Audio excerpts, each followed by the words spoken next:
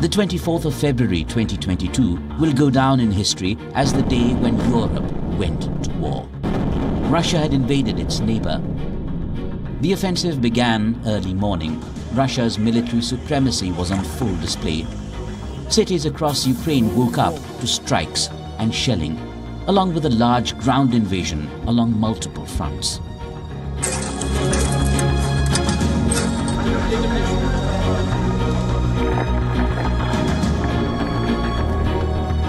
Ukraine's borders suddenly became the center of action. Russians moving in on one hand, and thousands of Ukrainians fleeing the country on the other.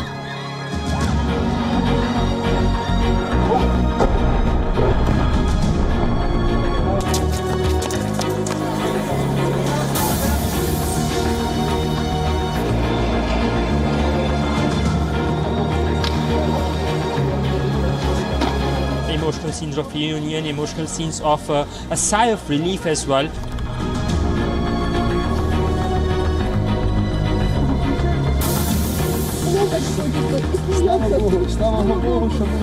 It's the Ovalon district where the attack had taken place.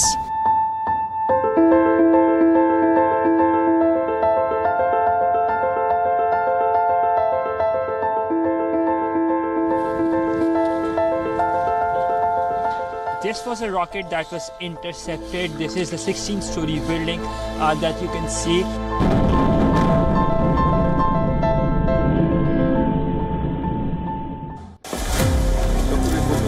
In the middle of it all was Ukraine's president, Volodymyr Zelensky. Moscow assumed Zelensky would flee the country and they would then install a pro-Russian leader, overthrowing the government. But that did not happen. Всім добрий вечір. Лідер фракції тут. Good evening, everybody. The faction leader is here. The head of president's office is here. Prime Minister is here. The president is here. We are all here. All military is here. Citizens of society are here. We are all here defending our independence, our country, and it will remain so. Glory to our defenders. Glory to our defenders. Слава нашим захисницям. Слава Україні. Zelensky declared martial law across the country. Nationals between the age of 18 and 60 were barred from leaving. The embattled president remains in Ukraine.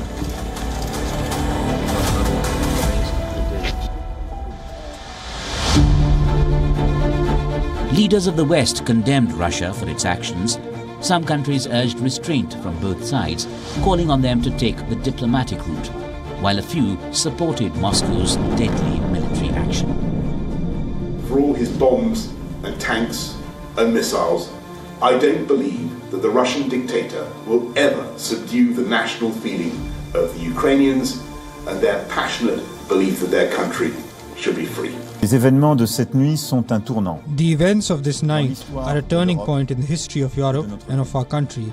They will have lasting, profound consequences on our lives. Profonde. I want to begin by saying that we find the military operation launched early this morning against Ukraine's territory unacceptable and we reject it.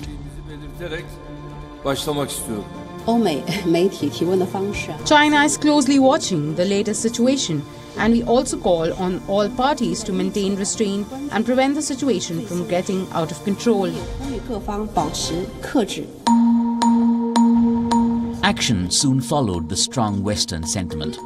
The US and EU nations imposed scathing sanctions against Russia. Their aim was to hit Putin's war chest and penalize him for his crimes in Ukraine. Putin's aggression against Ukraine will end up costing Russia dearly, economically and strategically. We will make sure of that. Putin will be a pariah on the international stage. Overall, we'll be imposing asset freezes on more than 100 new entities and individuals, on top of the hundreds that we've already announced. This includes all the major manufacturers that support Putin's war machine. Furthermore, we are also banning Aeroflot from the UK. After governments, Western companies, majorly Americans, started leaving Russia as well. hundreds of big names like Domino's Pizza, Audi, H&M, Nestle and IKEA left Moscow. While the geopolitical order was altering swiftly, the ones most impacted were Ukrainians, people far from politics, fathers, mothers, children. People who had nothing to do with the aggression, but became its biggest victims. Over 100,000 people have been killed in the war, and millions have been displaced. This is a deliberate, cold-blooded and long-planned invasion. Russia is using force to try to rewrite history and deny Ukraine its free and independent path. We must ensure that this conflict does not spill over to other European nations. I'm in agreement with the American president and our European friends that we must prevent this with everything at our disposal. I have no words. Do you understand? No words at all to explain all this. How do we live? We are not living. We are surviving. There is shelling. There is no water and electricity. That's how we live. You see what's going on with your own eyes. It's all the same in every backyard. We feel ourselves like homeless people. We have homes, but it is as we have nothing. I don't know what is it. It's a horror, a nightmare, simply a nightmare. Normal people will never do it. Among the most horrifying moments of the war was the Bucha massacre. Corpses lying on the ground, blood, bones and detached limbs. The cries of children and mothers alike.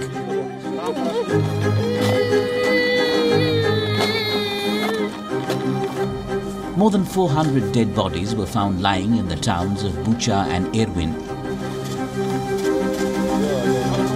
Kyiv pointed fingers at Moscow as Russian troops were occupying the region. How could this happen? How could this happen? How could this happen? You are here today and you can see with your own eyes what happened.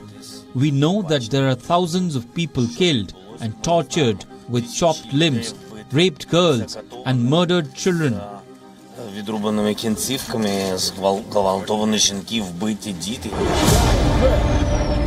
When the war began in late February, the assumption was Russia's sweeping victory.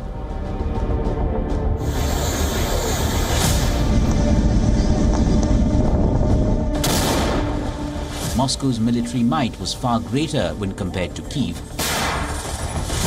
But that did not happen. The people of Ukraine put up a strong fight.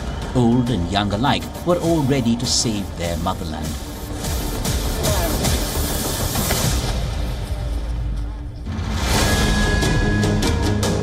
The 200,000 soldiers that marched into Ukraine faced strong resistance. A month into the conflict, Russia was forced to retreat from several regions. Moscow was not making any substantial gains, while its military faced multiple setbacks. Putin's special operation was not going to plan. Kremlin was forced to change its strategy. Russian troops pulled back from and around the capital, Kyiv.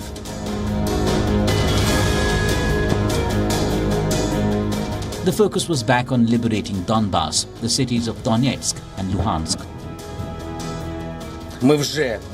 We can now say that Russian forces have started the Battle of the Donbass, for which they have long prepared.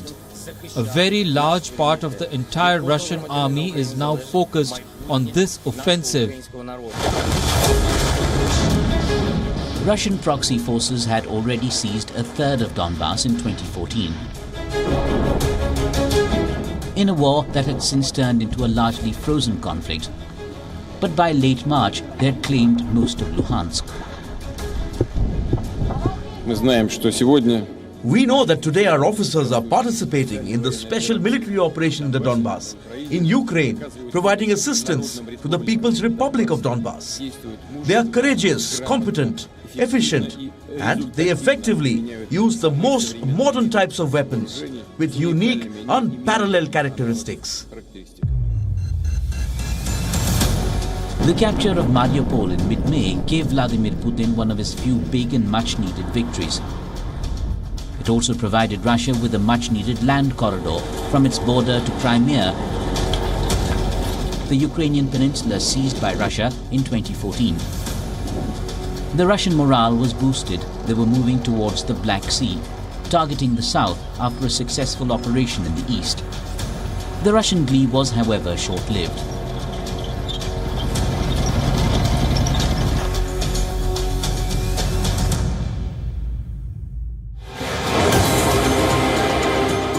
The arrival of billions of dollars worth of Western artillery is a huge shot in the arm for the Ukrainian forces. Russia's logistics hubs and arms depots in the east were targeted, while in the south Ukraine launched a fierce counter-offensive. In September, Moscow announced a partial mobilization of troops, the first since World War II. The call for partial mobilization hinted that things were not going too well for Moscow, and that coming from Putin's jailed infamous critic. I've heard from my cell through the radio that there's mobilization, some kind of criminal penalties. Nothing makes sense, but what I understand is that everything is going very badly. The call created a bit of unease in Russia as well. Protests were held in multiple cities. Russians came out onto the streets against the mobilization, while many denounced the war.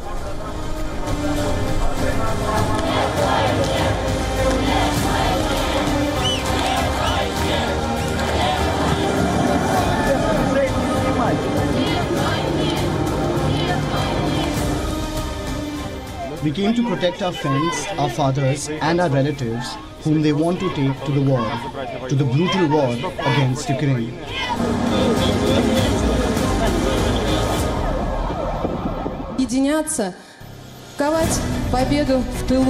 While still on the back foot, the Russian president announced an independence vote in 4 key regions.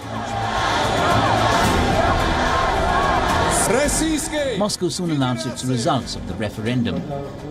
Luhansk, Donetsk, Kherson and Zaporizhia, Moscow said, voted to join Russia. Even though none of the regions were in full Russian control. The right to make a choice. People came to the referendum and made this choice to be with the historical motherland, with Russia. The West and Kyiv called the referendum a sham.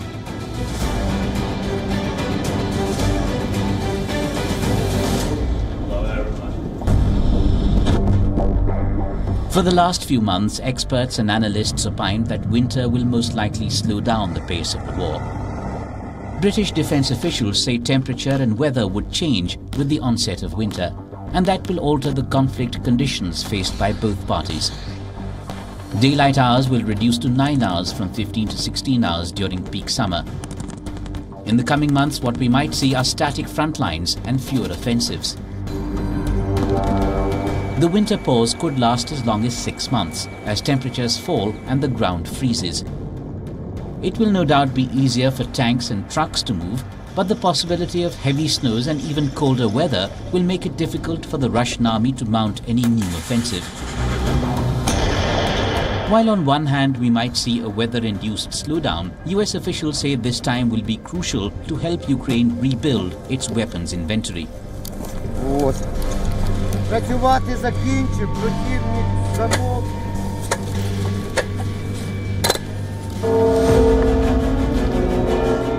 Experts had earlier predicted that once the winter sets in, Russia will change its strategy. It will target Ukraine's crucial energy lines. In the last few weeks, Moscow has repeatedly struck Kyiv's energy infrastructure, from electricity lines to power grids, and in effect piling on more misery for the Ukrainians.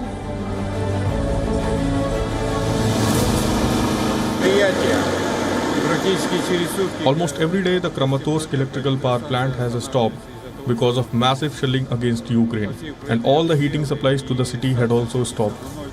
Every time we are supposed to start all over again to provide all the buildings with the heating, and we have 500 of them. запускать все дома, а у нас их 527 домов. Russia is using winter as a weapon, freezing people, starving people, cutting them off from one another. It's the latest example of the outrageous atrocities the Russian forces are committing against innocent Ukrainian civilians, children, and their families.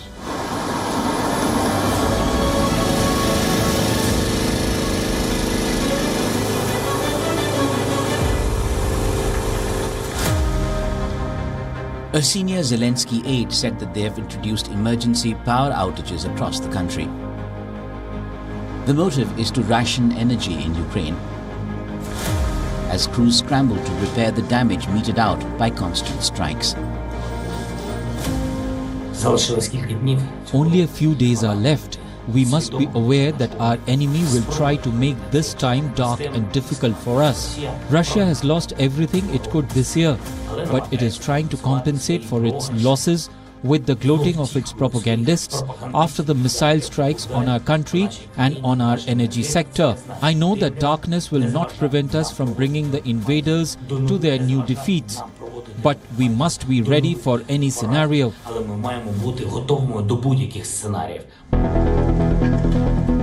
The winter chill has hardly made a dent to the Ukrainian spirit. Living in bunkers, waking up to air sirens, and watching strikes destroy everything in sight. This winter has no doubt turned out to be a nightmare for the people. But it's still manageable when compared to an active war at play. I switch on the electric heater and small air conditioner. But it's not enough. This one is partly broken and hardly gives off heat. We cover ourselves with a few blankets. That's how we sleep. One of the biggest fears before the war began was NATO and Europe being dragged into the conflict. Not to forget that among the reasons behind Putin launching a war in Ukraine was NATO expansion, and Ukraine publicly expressing its desire to be a part of the Western military bloc. But that did not happen. As soon as the first strike hit Kyiv, the bloc distanced itself from direct involvement. No, there are no NATO combat troops, no troops, NATO troops at all inside Ukraine. We have made it clear that we don't have any plans and any intention of deploying NATO troops to Ukraine. NATO leaders clarified they will defend every inch of their territory and expressed support for Ukraine, an ally. As I made crystal clear, the United States will defend every inch of NATO territory with the full force of American power. Another term related to the war that can undoubtedly send chills down anyone's spine is the spectre of a nuclear conflict. A week into the war, Russian President Vladimir Putin had the country's nuclear deterrents on alert. The West has repeatedly warned Moscow against using any weapons of mass destruction. Even though President Putin himself recently said Russia is not as irresponsible and knows what a nuclear threat entails, the fears are not that easy to be dropped. Regarding nuclear war, you are right. Such a threat is growing in all honesty. The fact is that Russia will not strike first under any circumstances. And if it won't take the first strike under any circumstances, then neither will it take the second. Because the possibilities of applying a nuclear strike on our territory are severely limited.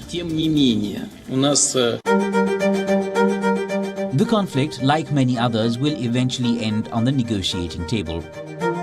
In 2022, we saw what a war can do to countries, to leaders, to the people. It also proved that a land war is not something of the past. And most importantly, reminded the world there are no actual losers and winners in a battle as ugly as this. It is the common people that suffer on both sides alike.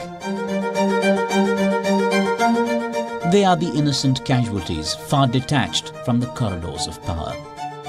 WION World is One.